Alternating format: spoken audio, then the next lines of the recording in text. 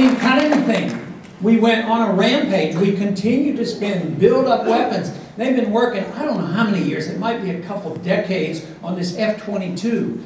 And if you study that, you can't believe, no, I imagine you could believe, how many cost overruns there were and how much cover-up there's been and how little need there is. You know, we can put people on the moon and then they're worried about how many planes we can fly around. We build, you know, aircraft carriers and all these surface vessels to defend ourselves, when if you really got into a war, these things are sitting ducks out there. But you know, you gotta keep the conservative Keynesians going because they say it's good for jobs. And all you have to do is talk about cutting something. Then you go into a town that builds the airplane or builds the ship. The conservatives can be just as Keynesians as the liberals are because it's job making. Because they don't believe and understand that freedom really works, and we wouldn't have to have the government stimulus like this. We need to just get the government out of our way and let us There you go, now clap. Yeah.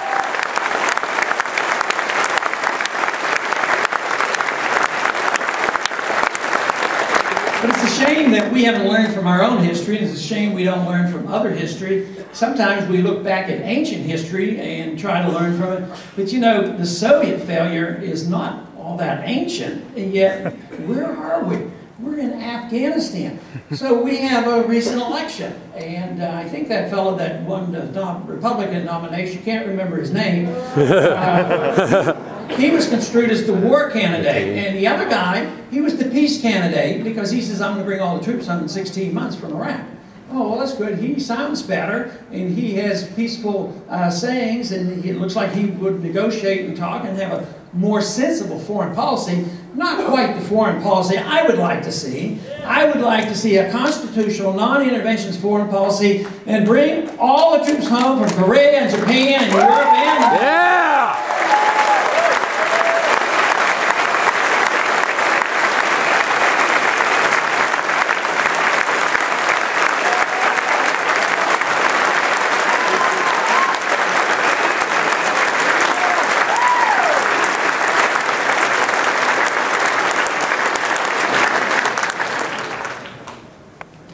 One thing we have to give credit to the president for is during the campaign, he did say he'd send more troops to Afghanistan. That's one promise I wished he wouldn't keep. There's a lot of other ones he won't keep. I wished he wouldn't keep that one.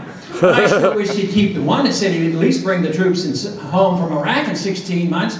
But let me tell you, if anybody wants to do any betting, I would take the side of the bet that says our troops are going to be in Iraq for a long, long time until we're flat-out broke and we'll have to come home. So we don't, you know, in 1964 there was a peace candidate and a war candidate. Remember? Goldwater was the war candidate. We couldn't have him because he'd expand the war. So we voted for the peace candidate, and that was LBJ, and look at what happened there. I mean, it went on and on. So, for some reason, there are times when you just can't almost never trust what those politicians say when they're campaigning. Very difficult. But the mess we have over there is going to continue. You know, just the Iraq situation. I mean, nobody knows exactly how many billions of dollars because they have war budgets that are off budget, and then there's all this spending within the DOD budget. But it's hundreds of billions of dollars that we have spent. And you know, that might have just helped us if we had either been given tax rebates or, you know, cut spending or spending here at home. I'm really willing to compromise at times. And I say that if you're getting ready to spend money and you waste it overseas, I said spend it at home. You might as well waste it here at home rather than wasting it overseas. Right. We've spent these hundreds of billions of dollars overseas, but just think of the other tragedy, the tragedy of life lost. We don't really add into the number of Army personnel and military personnel killed in Iraq. That's you know, over 4,000, 4,200 and some. We don't count the civilians, and half of the people over there have been civilians. So when they say there's 150,000 over there, we might have 300,000 over there because we have all these contractors who are making twice as much money as the military is making. because they're all lining up deals and who knows what. And then there's the ones that, and these numbers are rising. Our men and women that have been killed in Afghanistan. It's still less than 1,000, but you know, if it's your son, your daughter, it's a lot of people, you know, and that is the tragedy. And what is it all for?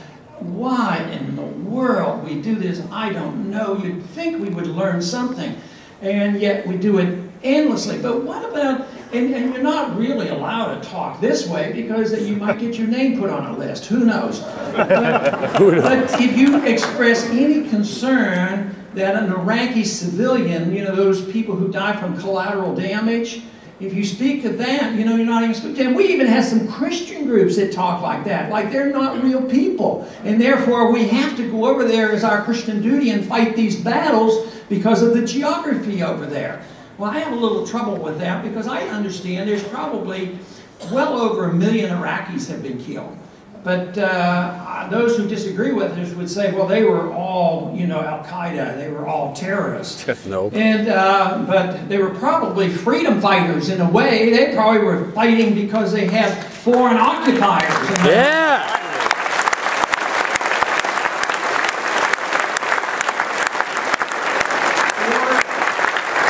4.5 million refugees. Man, the Christians that were there, I think 600,000 or so, more than half have been run out of the country, and they're endangered. And even those who were more secular, that unbelievably were more tolerated. Christians and secularism was more tolerated under Saddam Hussein.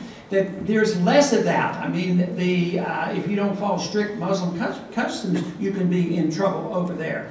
There's 1.5 million widows over there, over 5 million orphans in Iraq. And we call this a victory for democracy.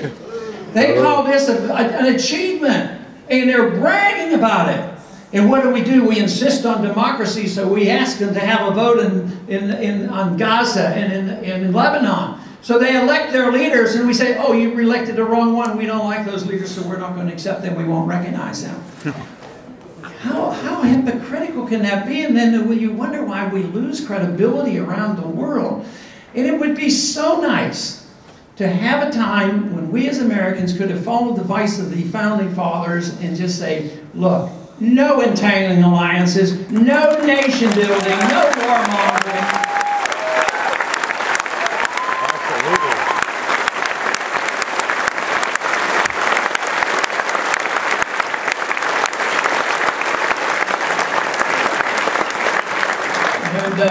Something, and they'll say, we can't talk to these people. These are people terrible. One time, at one of the debates, it would happen in more than one that I got booed and pissed. But I knew you were out there, and you weren't doing it, so that kept me going. But, you know, one time I suggested, in Miami, of course, that we should talk to the Cubans, talk to Castro, open up the doors, travel and trade with them. We've had sanctions on them for 40 years, and they keep blaming us for all their problems, and what have we achieved? Nothing. And we have been taught, economically and historically, that if you trade and talk with people, you're less likely to fight with them. And yet, because of the animosities, people say, well, no, you can't do that. But didn't we talk to Khrushchev?